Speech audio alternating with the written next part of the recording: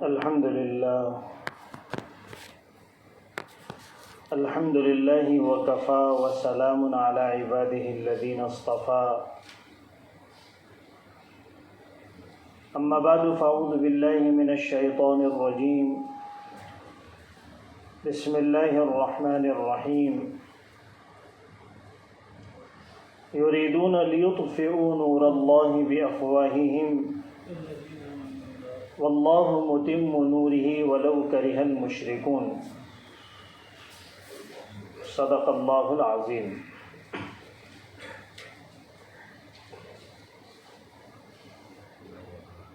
میرے عزیز بھائیوں، بزرگوں، امام مہدی حضور اکرم صلی اللہ علیہ وسلم کی پیشین گوئیوں کا ایک بہت جلی اور روشن عنوان ہے۔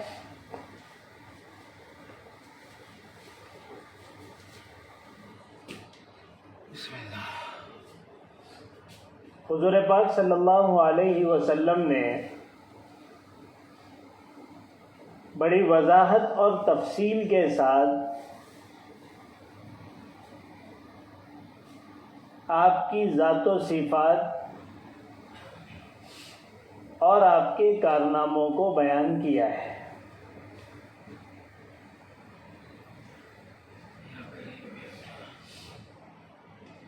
8ویں صدی ہجری تک مہدویت کے دعوے کرنے والے زیادہ تر عرب ممالک میں ہوئے۔ 9ویں صدی ہجری کے وسط میں، درمیان میں، سب سے پہلا دعویٰ بر صغیر میں، ہندوستان میں، سید محمد جونپوری نے کیا۔ اس سلسلے میں ساری تفصیلات آپ کے سامنے آ چکی ہے۔ پھر اس کے بعد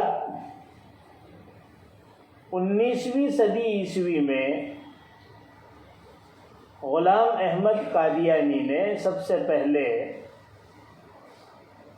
مہدویت کا دعویٰ کیا، پھر مسیحیت کا دعویٰ کیا، اور پھر اس کے بعد اجرائے نبوت کا عقیدہ بیان کرتے ہوئے حضور اکرم صلی اللہ علیہ وسلم کے بعد نبوت و رسالت کا دعویٰ کیا۔ قادیانیت کے سلسلے میں بھی ضروری تفصیلات آپ کے سامنے گزشتہ ہفتوں میں بیان کی گئی۔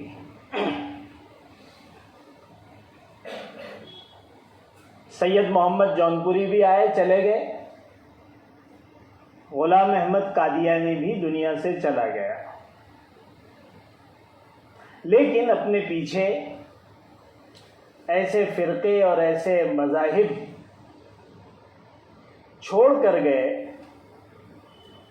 جنہوں نے امت کو گمراہی کے صحرا میں بھٹکا دیا، اور ایک بہت بڑی تعداد امت کی ان کی وجہ سے راہ حق سے بھٹک گئی، اور ان کے مذاہب اس وقت سے لے کر آج تک اژدہا بن کر اس امت کو ڈس رہے ہیں۔ مہدویت کے سلسلے میں نے آپ کے سامنے جو باتیں رکھی تھی، تو ایک بات میں نے کہی تھی کہ ہندوستان میں دکن کا جو علاقہ ہے، حیدرآباد، گلبرگہ، ان علاقوں میں اس کا کچھ اثر رہ گیا تھا۔ الحمدللہ علماء حق کی بڑی محنتیں رہی، قربانیاں رہی۔ شیخ محمد بن طاہر پٹنی رحمۃ اللہ علیہ کا اس زمانے میں جو قربانیاں رہی، یہاں تک کہ ان کو شہید کر دیا گیا۔ اور پھر اس زمانے میں صالحین کی برکت سے فرقہ مہدویہ کے بہت سارے لوگ راہ راست پر آ گئے۔ اب خالی بولنے کے لیے کہ بھئی یہ مہدوی فرقے سے تعلق ہے، لیکن ان میں اب وہ سارے عقائد اور وہ سارے نظریات نہیں رہے۔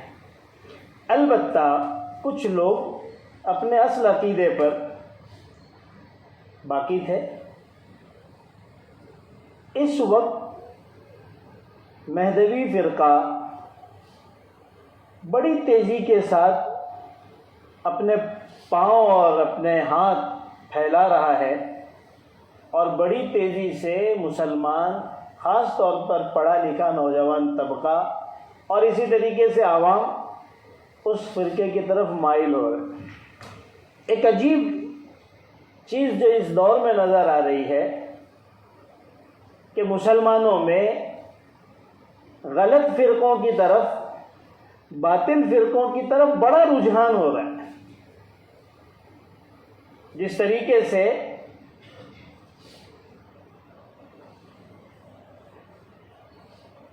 چمک بولتے ہیں نا، جو اپنے طرف کھینچتا ہے، بالکل اسی طریقے سے لوگ کھینچے چلے جا رہے ہیں۔ یہ بہت ڈرنے کی بات ہے۔ تو ابھی قریب میں خبر آئی تھی کہ بنگلور اور اس کے اطراف کرناٹک کے علاقوں میں ان کا بڑا زور ہو رہا ہے، مہدوی فرقے کا، اور باقاعدہ چیلنجز ہو رہے ہیں، اہل حق سے مناظرے اور مقابلے کی باتیں ہو رہی ہیں۔ تو وہ جو تھوڑا سا اثر رہ گیا تھا، اب وہ بڑھتا جا رہا ہے۔ تو بہرحال وہ بھی چلے گئے، قادیانی بھی چلے گئے، لیکن اپنے پیچھے ایک مذہب، ایک فرقہ ازدہے کی شکل میں چھوڑ کر گئے ہیں، جو امت کو مسلسل ڈس رہا ہے۔ قادیانی کے جانے کے بعد کئی دہائیاں گزر گئی، الحمدللہ کسی کو یہ ہمت نہیں ہوئی کہ وہ اس قسم کا کوئی دعویٰ کرے، مہدی ہونے کا، عیسیٰ ہونے کا، کیونکہ احمقانہ دعویٰ تھا۔ علماء نے اس کو اتنا مدلل، مردود قرار دیا کہ پھر کسی کی ہمت نہیں ہوئی، رد ہو گیا۔ لیکن جب عراق اور کویت کی جنگ ہوئی، جو امریکہ کے پلاننگ کا ایک حصہ تھا، اس کی سازش کا ایک حصہ تھا، اور پھر اس کے ذریعے سے امریکہ نے عراق کو لہو لہان کر دیا، صدام ختم ہو گیا، تو ایک ہوا چلی،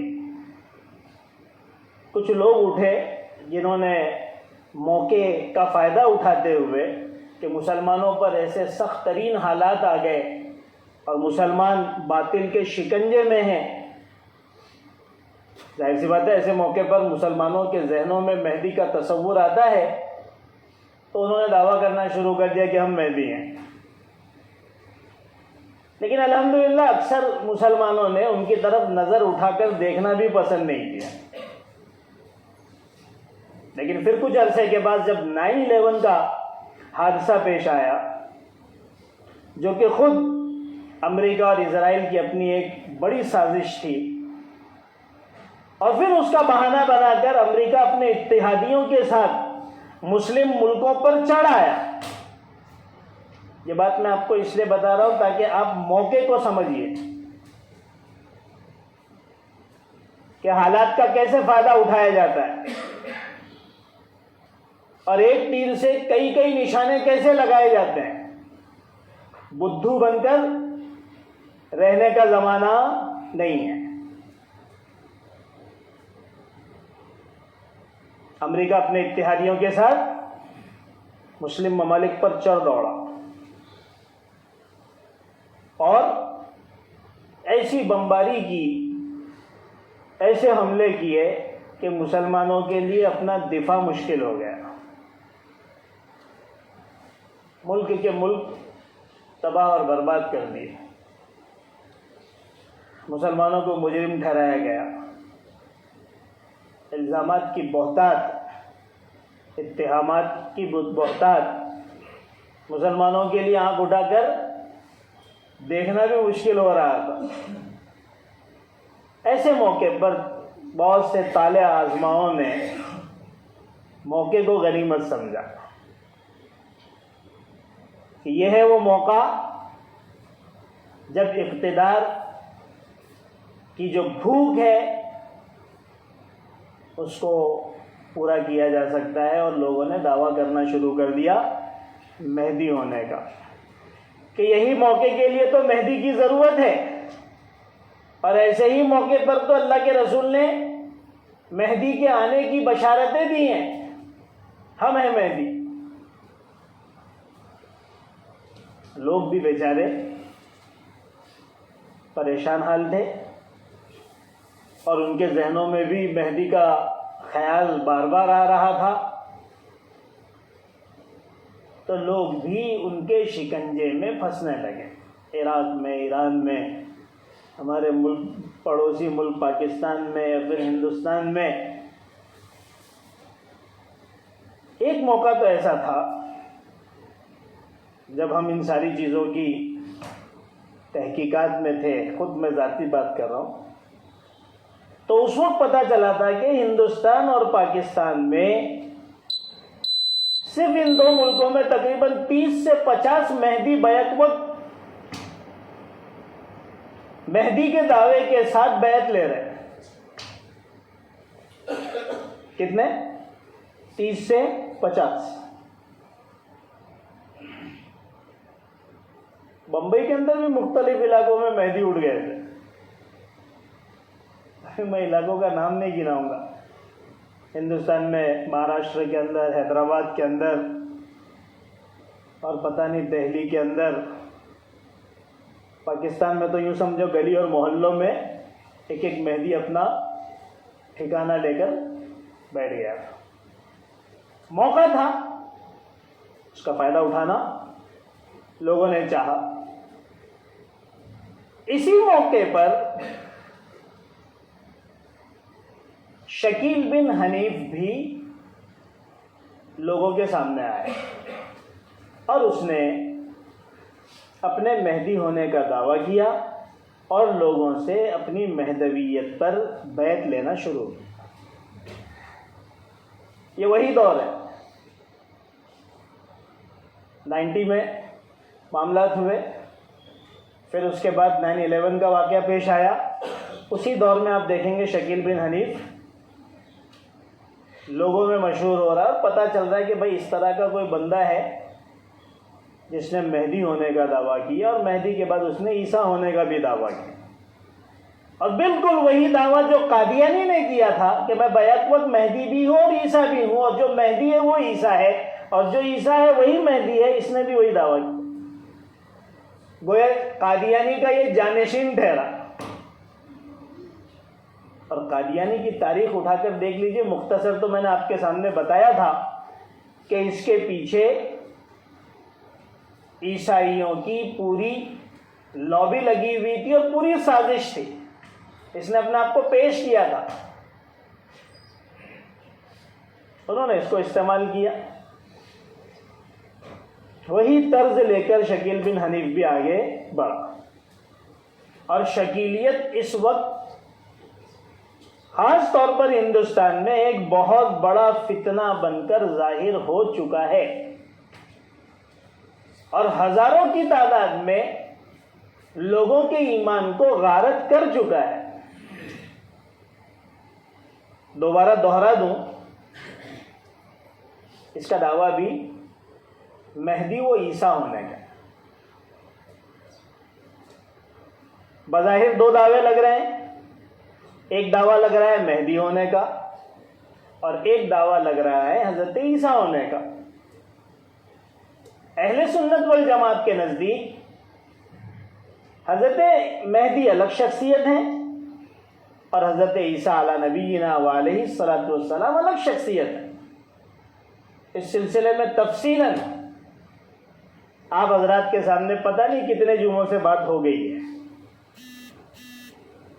لیکن شکیل بن حنیف جو قادیانی کا جانشین ہے اور وہی نظریہ اور عقیدہ رکھتا ہے اور اسی کا دعویٰ بھی کر رہا ہے، اس کے نزدیک دونوں شخصیتیں ایک ہی ہیں.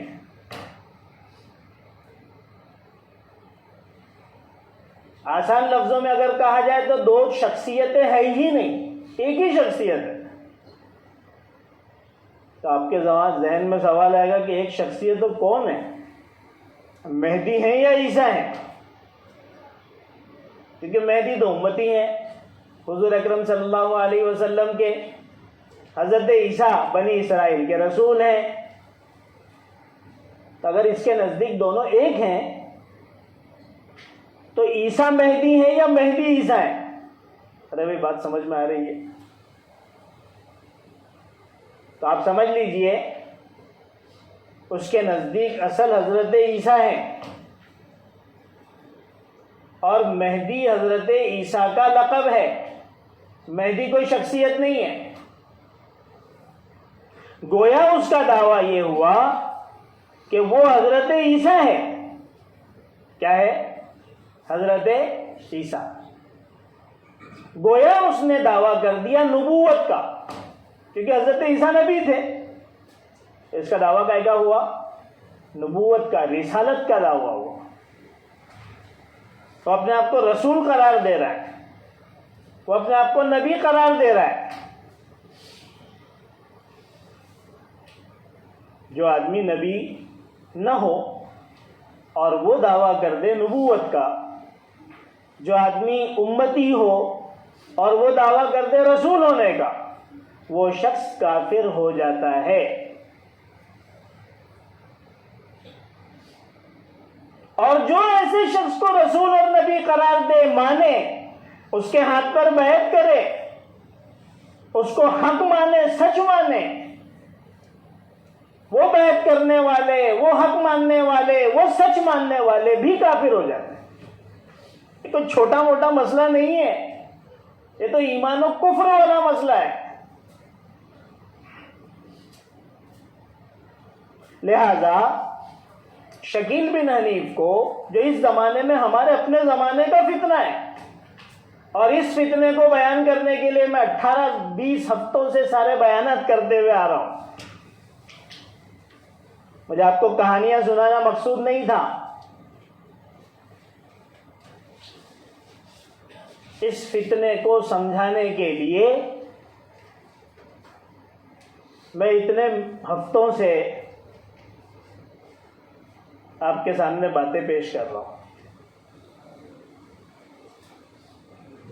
تو یہ ہمارے اپنے زمانہ کا فتنہ اتنا خطرناک فتنہ ہے کہ اس کی وجہ سے لوگ دائرہ اسلام سے نکل کر کفر میں داخل ہو رہے ہیں. حضور اکرم صلی اللہ علیہ وسلم کی پیشن گوئیوں میں جو آخری زمانے سے متعلق ہیں یہ ہے کہ لوگ کثرت سے ایمان سے نکل کر کفر میں داخل ہونے لگیں گے. دجال تو بعد میں آئے گا اور اس کا فتنہ تو بعد میں ظاہر ہوگا. اس سے پہلے یصبح الرجل مؤمنا ویمسی کافرا ویمسی الرجل مؤمنا ویصبح کافرا یبیع دینہ بعرض من الدنیا. یہ اللہ کے رسول کی حدیث کے الفاظ ہیں. صبح ہوگی مسلمان ہوگا، شام ہوتے ہوتے کافر ہو جائے گا. شام میں مسلمان ہوگا، صبح ہوتے ہوتے کافر ہو جائے گا. اپنے دین کو دنیا کے معمولی چیز کے بدلے میں بیچ دے گا. اتنی کثرت کے ساتھ لوگ دائرہ اسلام سے نکل کر دائرہ کفر میں داخل ہوں گے. یہ جو فتنے ظاہر ہو رہے ہیں یہ اسی قسم کے اور اسی درجے کے ہیں جو انسان کو ایمان سے محروم کر دیں. اب سوال آتا ہے کہ اس نے موقع پرستی کا ثبوت دیتے ہوئے مہدی ہونے کا تو دعویٰ کر دیا، لیکن یہ ہے کون؟ ابھی آپ کے سامنے آئندہ ہفتوں میں کچھ اور بھی مہدی آئیں گے انشاءاللہ، انہوں نے بھی دعویٰ کیا، یہ بھی لائن اور قطار میں ہے۔ ایک شخصیت حضور اکرم صلی اللہ علیہ وسلم نے اس کی منظر کشی کی اور ہمارے سامنے ایک کسوٹی اور ایک معیار دیا کہ اس کے اوپر آپ کو پرکھنا ہے صحیح حدیث اور متواتر حدیثوں میں۔ اور ایک یہ صاحب ہیں جنہوں نے دعویٰ کیا کہ میں مہدی ہوں۔ مختصر میں آپ کے سامنے اس کا تعارف کروں گا۔ یہ شخص ہندوستانی ہے، عثمان پور ضلع دربھنگا صوبہ بہار کا رہنے والا ہے۔ انتہائی غریب خاندان سے تعلق تھا،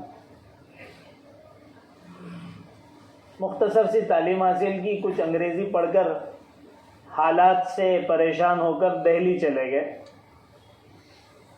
اور وہاں جا کر ہارڈ ویئر کی دکان شروع کی۔ ایک علاقہ نبی کریم، اس میں تبلیغی جماعت سے بھی جڑ گئے۔ تھوڑے حالات جب کچھ سالوں کے بعد مضبوط ہوئے، آپ کو ایسی کوئی چیز امام مہدی کے بارے میں نہیں ملے گی کہ وہ ہارڈ ویئر کی دکان کرنے والے ہیں یا انگلش پڑھنے کے بعد بچوں کو ٹیوشن دیں گے۔ اس لیے حالات کا جاننا اور تعارف کا معلوم کرنا ضروری ہوتا ہے۔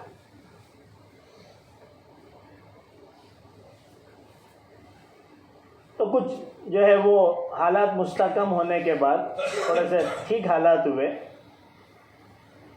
تو کچھ ماورائی طاقت کے اشاروں پر کہ کچھ باطل طاقتیں ان کے ساتھ لگ گئی جو ہمیں نظر نہیں آ رہی، اس نے کچھ لوگوں میں اس قسم کی مہدی اور حالات پر بات کرنا شروع کیا اور اپنے مہدی ہونے کو بتانا شروع کیا۔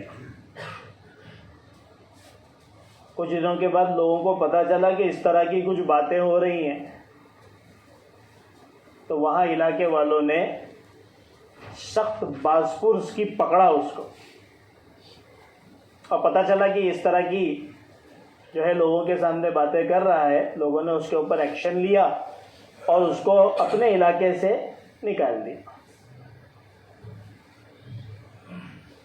چونکہ غریب قسم کا آدمی تھا، کام سے بھی لگا ہوا تھا، لوگوں کو ہمدردی بھی کچھ ہو جاتی ہے، تو ایک صاحب تھے مجیب الرحمان، انہوں نے اپنے گھر میں ان کو پناہ دی کہ گھر میں رہو، میرے بچوں کو ٹیوشن پڑھاؤ۔ تو وہاں دہلی میں ایک علاقہ ہے لکشمی نگر، وہاں پر وہ رہنے لگا۔ وہاں پر بھی ایک مسجد کے ساتھیوں سے جڑ گیا، کام سے لگ گیا۔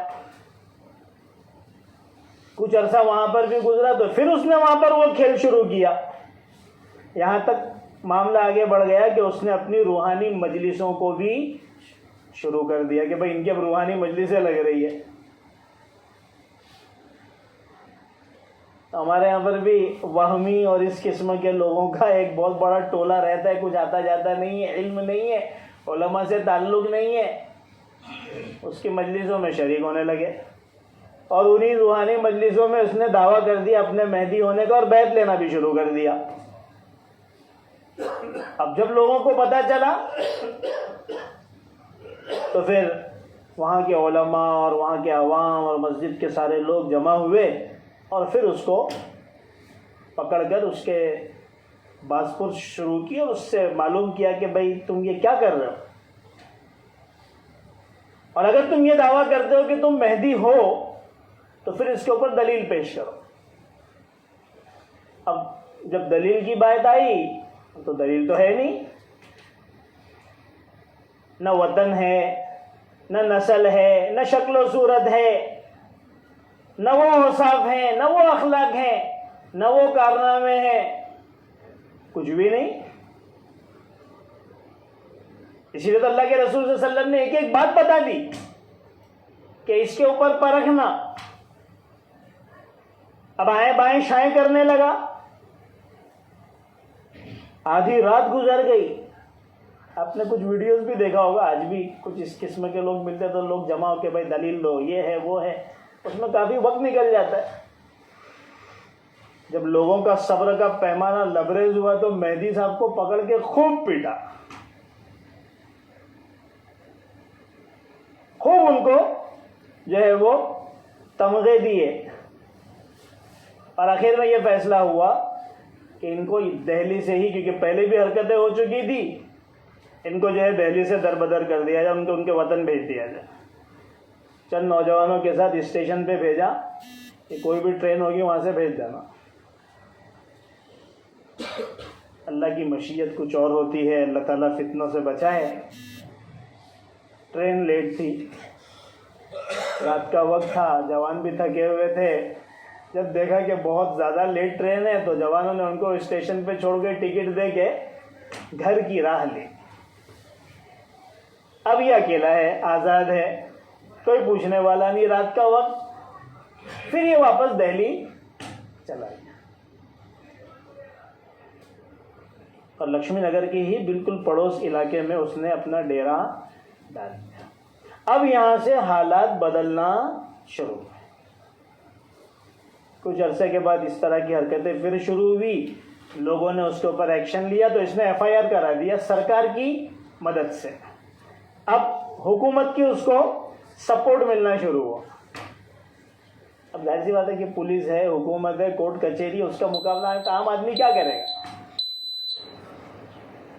لوگ بیچارے کوشش کرتے رہے, جلسے ہوئے, علماء آئے, انہوں نے جو ہے وہ حق اور باطل کا پورا معیار بیان کر دیا. امام مہدی کون ہوں گے, حضرت عیسیٰ کون ہوں گے, شکیل کے بارے میں لوگوں کے سامنے ساری سچائیاں رکھ دی. دودھ کا دودھ اور پانی کا پانی کر دیا. لیکن شکیل کی اپنی محنت شروع ہو چکی تھی, اور اس کے اپنے چاہنے والے پیدا ہو چکے تھے, اس کے اپنے ماننے والے اس کو مل چکے تھے. لیکن دہلی کے اندر رہ کر کام کرنا مشکل تھا, تو پھر اس نے اپنا پاؤں جو ہے وہ مہاراشٹر کے اندر مضبوط کرنا شروع کیا. مہاراشٹر, کرناٹک اور اس کے علاوہ جو اطراف کے علاقے تھے, وہاں پر اس نے اپنا ٹھکانہ اور اپنے ماننے والوں کی تعداد کو بڑھانا شروع کیا. وہاں سے پھر وہ مہاراشٹر میں اورنگ آباد کے قریب ایک علاقہ ہے پڈے گاؤں, ایک بڑی زمین خریدا.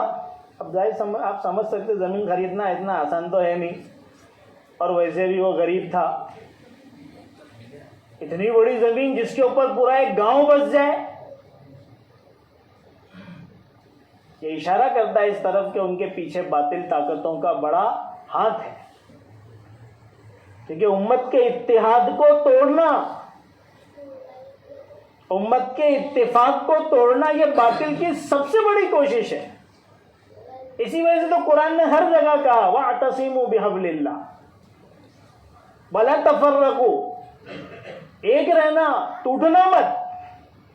تو ظاہر سی بات ہے شیطان اور شیطان کا ٹولہ, اس کی تو یہ کوشش نمبر اول پر رہے گی کہ یہ امت ٹوٹ کر رہے, یہ ٹوٹ پھوٹ کر بکھر جائے, پھر ایک دوسرے کی گردن کاٹے. پھر آپ اسباب تلاش کرتے رہو کہ اس نے اس کی گردن کیوں کاٹا, اور اس نے اس پر ڈنڈا کیوں چلایا, اور پہلے کس کا نمبر تھا اور بعد میں کس کا نمبر تھا. پھر آپ اسباب تلاش کرتے رہیں, لیکن سبب آپ ہی ہیں جنہوں نے امت کو ٹوٹنے کا موقع مہیا کیا. آپ سبب ہیں, پھر سب ہوگا. تو اتنی بڑی زمین اس نے اورنگ آباد میں خریدی, اور اس کے اوپر مستقل ایک گاؤں اب بس چکا ہے. ہمارے بعض ساتھی باقاعدہ وہاں گئے, اور انہوں نے اس پورے علاقے کو, میں آج سے 15 سال پرانی بات کر رہا ہوں, جب وہ ساتھی, جب ہم لوگ گئے تو ہم لوگ اس معاملے میں بہت ایکٹیو تھے, ابھی بھی الحمدللہ. تو وہ جا کر انہوں نے باقاعدہ اس کا پورا دورہ کیا, وہاں کے حالات معلوم کیے, اور اب تو مستقل وہ ایک پورا گڑھ بن چکا ہے.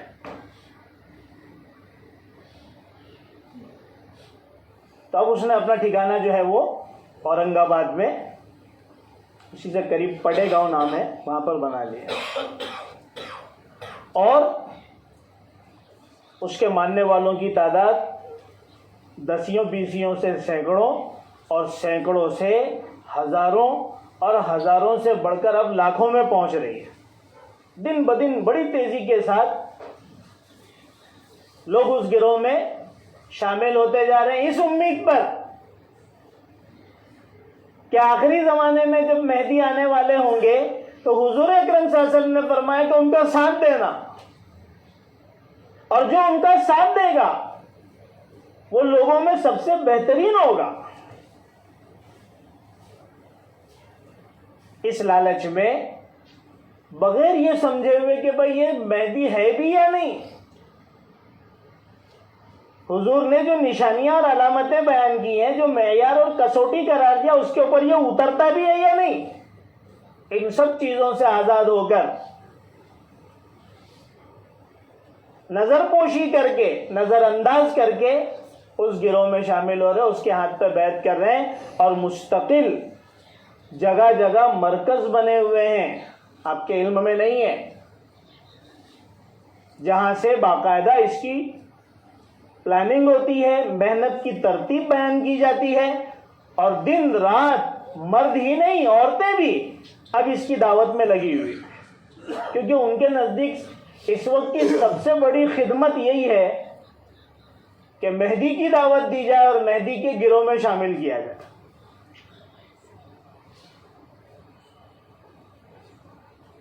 اب سوال یہ آتا ہے